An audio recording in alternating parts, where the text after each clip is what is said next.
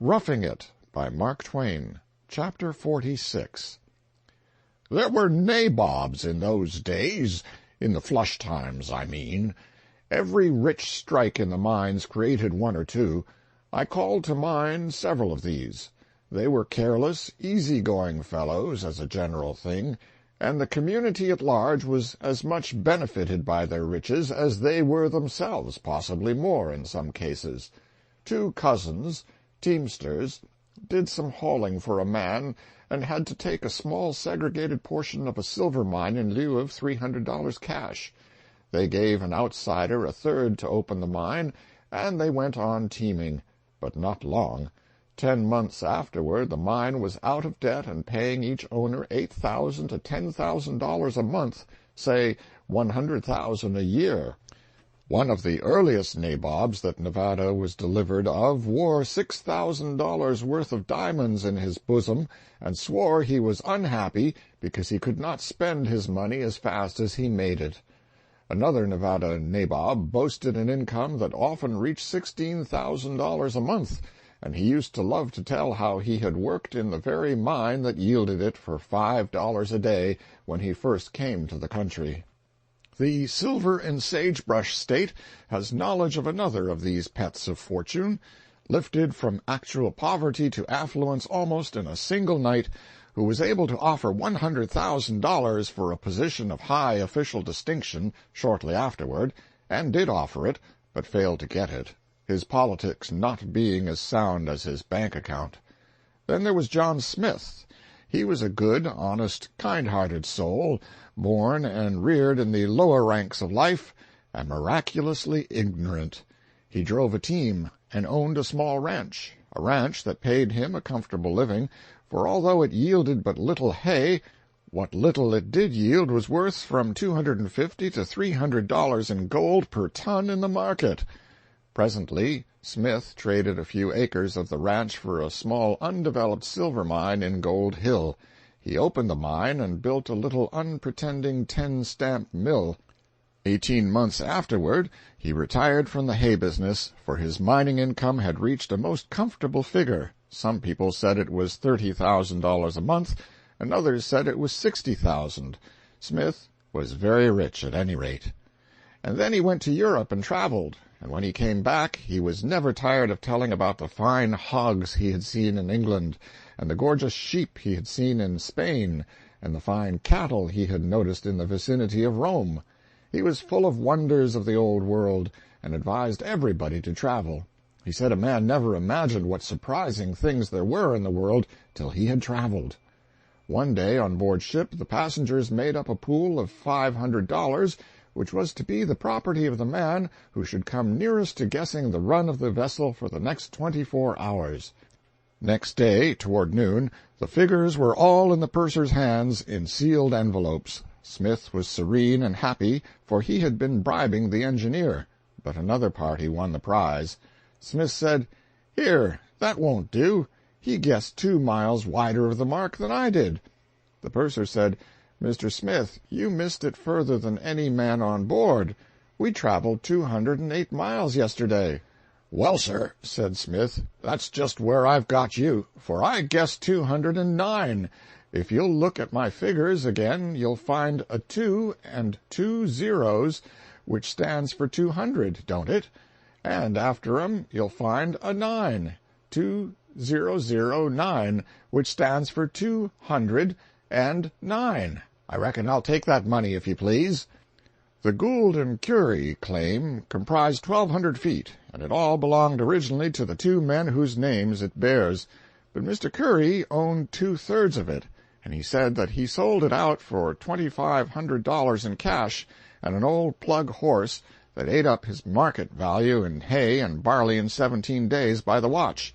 And he said that Gould sold out for a pair of second-hand government blankets and a bottle of whiskey that killed 9 men in 3 hours, and that an unoffending stranger that smelt the cork was disabled for life. 4 years afterward the mine thus disposed of was worth in the San Francisco market $7,600,000 in gold coin. In the early days, a poverty-stricken Mexican who lived in a canyon directly back of Virginia City had a stream of water as large as a man's wrist trickling from the hillside on his premises. The Ophir Company segregated 100 feet of their mine and traded it to him for the stream of water. The 100 feet proved to be the richest part of the entire mine. 4 years after the swap, its market value, including its mill, was $1,500,000. An individual who owned 20 feet in the Ophir mine before its great riches were revealed to men traded it for a horse. And a very sorry-looking brute he was, too.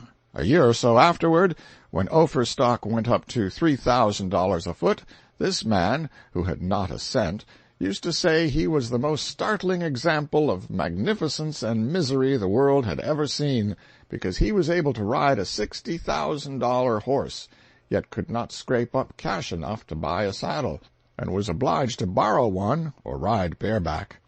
He said if fortune were to give him another $60,000 horse, it would ruin him. A youth of 19, who was a telegraph operator in Virginia on a salary of $100 a month, and who, when he could not make out German names in the list of San Francisco steamer arrivals, used to ingeniously select and supply substitutes for them out of an old Berlin city directory, made himself rich by watching the mining telegrams that passed through his hands and buying and selling stocks accordingly, through a friend in San Francisco. Once, when a private dispatch was sent from Virginia announcing a rich strike in a prominent mine and advising that the matter be kept secret till a large amount of the stock could be secured, he bought 40 feet of the stock at $20 a foot, and afterwards sold half of it at $800 a foot, and the rest at double that figure. Within 3 months he was worth $150,000, and had resigned his telegraphic position. Another telegraph operator, who had been discharged by the company for divulging the secrets of the office, agreed with a moneyed man in San Francisco to furnish him the result of a great Virginia mining lawsuit within an hour after its private reception by the parties to it in San Francisco. For this he was to have a large percentage of the profits on purchases and sales made on it by his fellow conspirator. So he went, disguised as a teamster, to a little wayside telegraph office in the mountains, got acquainted with the operator, and sat in the office day after day smoking his pipe, complaining that his team was fagged out and unable to travel, and meantime listening to the dispatches as they passed clicking through the machine from Virginia. Finally, the private dispatch announcing the result of the lawsuit sped over the wires, and as soon as he heard it, he telegraphed his friend in San Francisco, "Am tired waiting. Shall sell the team and go home." It was the signal agreed upon. The word "waiting" left out would have signified that the suit had gone the other way. The mock teamster's friend picked up a deal of the mining stock at low figures before the news became public, and a fortune was the result. For a long time after one of the great Virginia mines had been incorporated, about 50 feet of the original location were still in the hands of a man who had never signed the incorporation papers. The stock became very valuable, and every effort was made to find this man, but he had disappeared. Once it was heard that he was in New York, and 1 or 2 speculators went east, but failed to find him. Once the news came that he was in the Bermudas, and straightway a speculator or 2 hurried east and sailed for Bermuda, but he was not there. Finally he was heard of in Mexico, and a friend of his, a barkeeper on a salary, scraped together a little money and sought him out, bought his feet for $100, returned and sold the property for $75,000.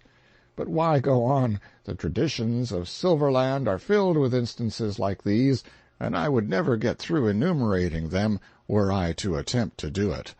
I only desired to give the reader an idea of a peculiarity of the flush times which I could not present so strikingly in any other way, and which some mention of was necessary to a realizing comprehension of the time and the country. I was personally acquainted with the majority of the nabobs I have referred to, and so, for old acquaintance' sake, I have shifted their occupations and experiences around in such a way as to keep the Pacific public from recognizing these once notorious men. no longer notorious, for the majority of them have drifted back into poverty and obscurity again. In Nevada, there used to be current the story of an adventure of two of her nabobs, which may or may not have occurred. I give it for what it is worth. Colonel Jim had seen somewhat of the world, and knew more or less of its ways, but Colonel Jack was from the back settlements of the States, had led a life of arduous toil, and had never seen a city. These two, blessed with sudden wealth, projected a visit to New York, Colonel Jack to see the sights, Colonel Jim to guard his unsophistication from misfortune. They reached San Francisco in the night and sailed in the morning. Arrived in New York, Colonel Jack said, "I've heard tell of carriages all my life, and now I mean to have a ride in one. I don't care what it costs. Come along." They stepped out on the sidewalk, and Colonel Jim called a stylish barouche, but Colonel Jack said, "No, sir, none of your cheap John turnouts for me.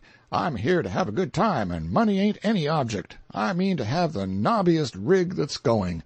Now, here comes the very trick. Stop that yaller one with the pictures on it. Don't you fret. I'll stand all the expenses myself." So Colonel Jim stopped an empty omnibus, and they got in. Said Colonel Jack, "Ain't it gay, though?" "Oh, no, I reckon not. Cushions and windows and pictures till you can't rest. What would the boys say if they could see us cutting a swell like this in New York? By George, I wish they could see us." Then he put his head out of the window and shouted to the driver, "Say, Johnny, this suits me. Suits yours truly, you bet you. I want this shebang all day. I'm on it, old man. Let 'em out. Make 'em go. We'll make it all right with you, sonny." The driver passed his hand through the strap-hole and tapped for his fare. It was before the gongs came into common use. Colonel Jack took the hand and shook it cordially. He said, "You twig me, old pard. All right between gents. Smell of that and see how you like it." And he put a $20 gold piece in the driver's hand. After a moment the driver said he could not make change. "Bother the change. Ride it out. Put it in your pocket." Then to Colonel Jim, with a sounding slap on his thigh, "Ain't it style, though? Hanged if I don't hire this thing every day for a week." The omnibus stopped, and a young lady got in. Colonel Jack stared a moment, then nudged Colonel Jim with his elbow. "Don't say a word," he whispered. "Let her ride if she wants to. Gracious, there's room enough." The young lady got out her porte-monnaie and handed her fare to Colonel Jack. "What's this for?" said he. "Give it to the driver, please." "Take back your money, madam. We can't allow it. You're welcome to ride here as long as you please, but this shebang's chartered, and we can't let you pay a cent." The girl shrunk into a corner, bewildered. An old lady with a basket climbed in and proffered her fare. "Excuse me," said Colonel Jack. "You're perfectly welcome here, madam, but we can't allow you to pay. Set right down there, mum, and don't you be the least uneasy. Make yourself just as free as if you was in your own turnout." Within 2 minutes 3 gentlemen, 2 fat women, and a couple of children entered. "Come right along, friends," said Colonel Jack. "Don't mind us. This is a free blowout." Then he whispered to Colonel Jim, "New York ain't no sociable place, I don't reckon. It ain't no name for it." He resisted every effort to pass fares to the driver and made everybody cordially welcome. The situation dawned on the people, and they pocketed their money and delivered themselves up to covert enjoyment of the episode. Half a dozen more passengers entered. "Oh, there's plenty of room," said Colonel Jack. "Walk right in and make yourselves at home. A blowout ain't worth anything as a blowout unless the body has company." Then in a whisper to Colonel Jim, "But ain't these New Yorkers friendly? And ain't they cool about it, too? Icebergs ain't anywhere. I reckon they'd tackle a hearse if it was going their way." More passengers got in, more yet, and still more. Both seats were filled, and a file of men were standing up, holding on to the cleats overhead. Parties with baskets and bundles were climbing up on the roof. Half-suppressed laughter rippled up from all sides. "Well, for clean, cool, out-and-out cheek, if this don't bang anything that ever I saw, I'm an Injun," whispered Colonel Jack. A Chinaman crowded his way in. "I weaken," said Colonel Jack. "Hold on, driver. Keep your seats, ladies and gents. Just make yourselves free. Everything's paid for. Driver, rustle these folks around as long as they're a mind to go. Friends of ours, you know. Take them everywheres, and if you want more money, come to the St. Nicholas, and we'll make it all right. Pleasant journey to you, ladies and gents. Go it just as long as you please. Shan't cost you a cent."